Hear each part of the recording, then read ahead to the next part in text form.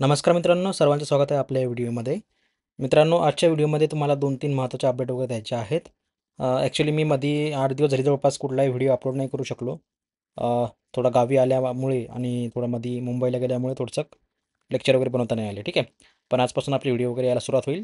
तर बघा, आज तुम्हाला महत्त्वाचे अपडेट याच्यामध्ये द्यायची आहे तुम्हाला, की जो रिझल्ट आहे, बरोबर. आता बघा, रिझल्ट कुठल्या कुठल्या प्रकारचा असणार आहे. जे AT-KT विद्यार्थी असतील किंवा जे रिपीटर विद्यार्थी असतील त्यांचा निकाल आहे.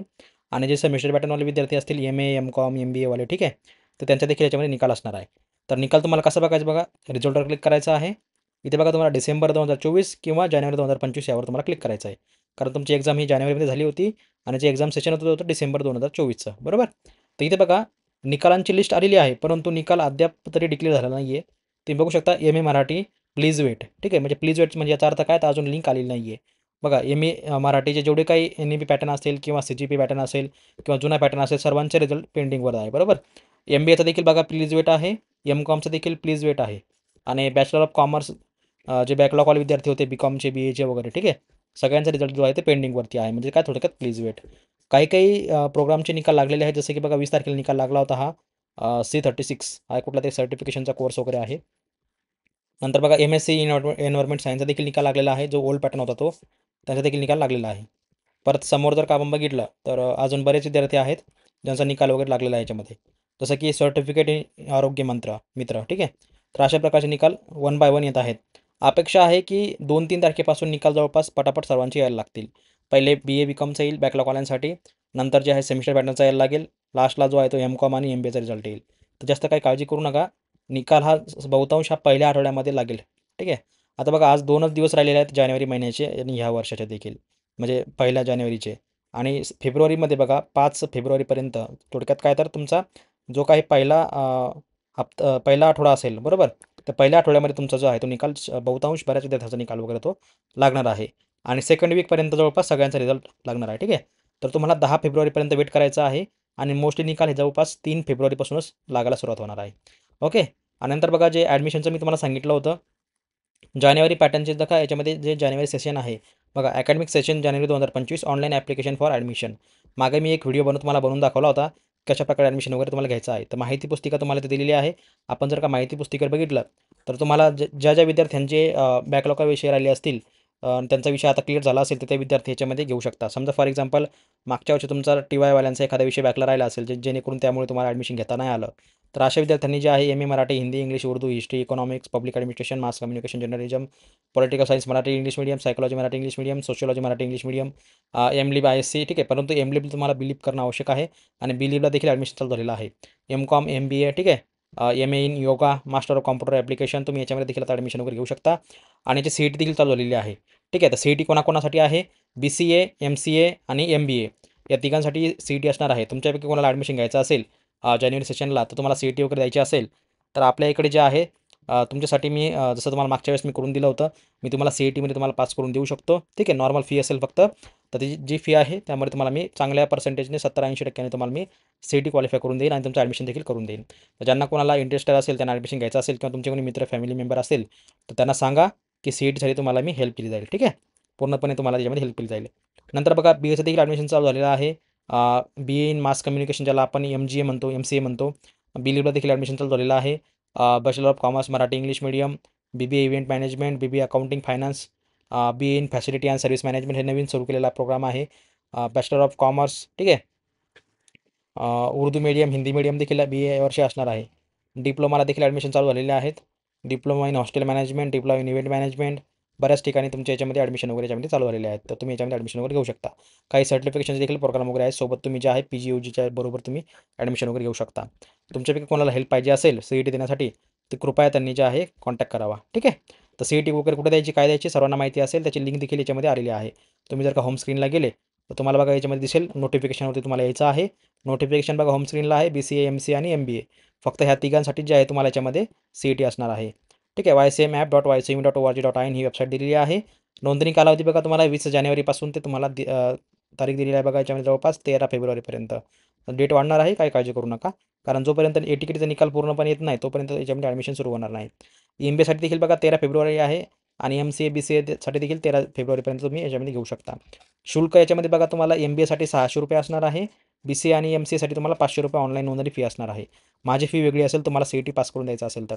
ह्या वेबसाईटवर तुम्हाला यायचं आहे बघा, तर तुम्हाला फर्स्ट अटेम्प्टला ठीक आहे एंट्रन्स फी तुम्हाला ₹600 असणार आहे MBAसाठी. BCAसाठी बघा ₹500 असणार आहे. आणि जेवढे तुम्ही अटेम्प्ट फेल होसाल त्यावेळेस तुम्हाला बघा परत तुम्हाला ₹500 फीस वगैरे याच्यामध्ये भरावं लागेल. ठीक आहे. तर त्याच्यामुळे तुम्ही लक्षात ठेवा, ज्यांना कोणाला पास व्हायचं असेल परत तुम्ही फेल होऊन ₹500 भरत बसू नका. ज्यांना कोणाला पास व्हायचं असेल पहिल्या अटेम्प्टमध्ये त्यांनी कृपया मला कॉन्टॅक्ट करू शकता. डिस्क्रिप्शनला तुम्हाला बघा आपल्या ॲप्लिकेशनची लिंक दिलेली आहे.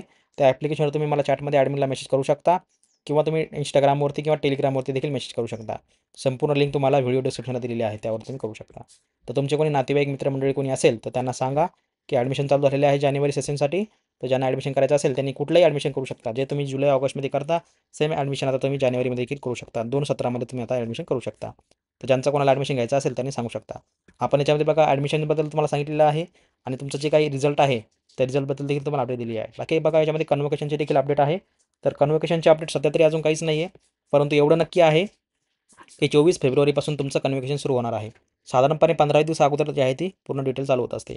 तर अपेक्षा आहे की 2-3 तारखेपासून देखील म्हणजे 2-3 फेब्रुवारीपासून देखील तुमचं कन्व्होकेशन नोंदणी वगैरे लवकर सुरू होईल. बाकी करेक्शनची लिंक आलेली आहे. सर्वांना माहिती असेल करेक्शन कसं करायचं, काय करायचं. त्या संदर्भात देखील आपण आपल्या यूट्यूब चॅनलवरती व्हिडिओ टाकलेला आहे, तर तुम्ही बघितला असेल. हे बघा हे आपलं यूट्यूब चॅनल आहे, सर्वांना स्क्रीनवरती दिसत असेल. यावर बघा मी ऑलरेडी तुम्हाला आणि होम असाइनमेंट कशा लिहायच्या, ऑनलाईन लिहायच्या का ऑफलाईन लिहायच्या ते देखील सांगितलेलं आहे. तर सर्वांनी हा व्हिडिओ बघा. कारण जे फ्रेशर विद्यार्थी आहेत, फर्स्ट इयरचे आणि सेकंड इयरचे जे फ्रेशर विद्यार्थी आहेत त्यांना होम असाइनमेंट ह्या ऑनलाईन जमा करायच्या आहेत. आणि बाकीचे जे विद्यार्थी आहेत सेकंड इयर, थर्ड इयरवाले त्यांना ऑफलाईन पारंपरिक पद्धतीने म्हणजे काय दरवर्षी तुम्ही जशा प्रकारे जमा करता त्याच प्रकारे तुम्हाला याच्यामध्ये देखील जमा करायचं आहे. ठीक आहे, अशा प्रकारे तुम्हाला करायचं आहे. नंतर बघा YSME जानेवारी सेशनचं ॲडमिशन चालू झालेलं आहे बघा.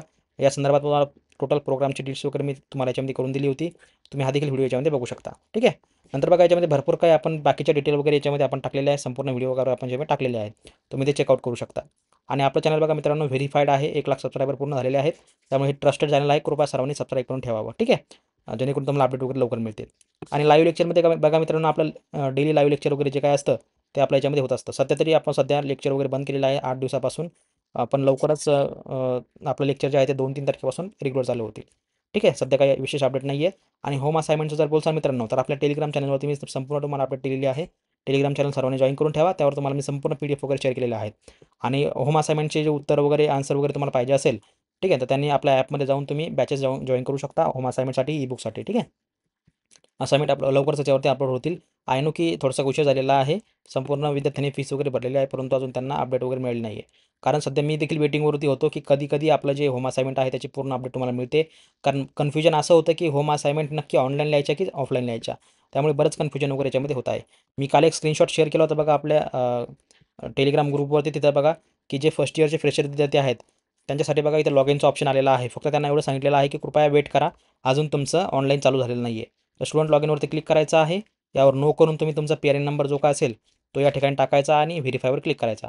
तुम्हाला वरती नोटिफिकेशन येईल की थोडंसं वेट करा म्हणून तुमच्या लॉग इन पोर्टलवरती काम चालू आहे. बरोबर, असं तुम्हाला त्याच्यामध्ये अपडेटवरती कळवता येईल. बाकी लिस्ट ऑफ ऑनलाईन कोर्सेस जे तुम्हाला ते दिलेले आहेत या ठिकाणी बघा BAचं देखील तुम्हाला इथे ॲड केलेलं आहे बघा.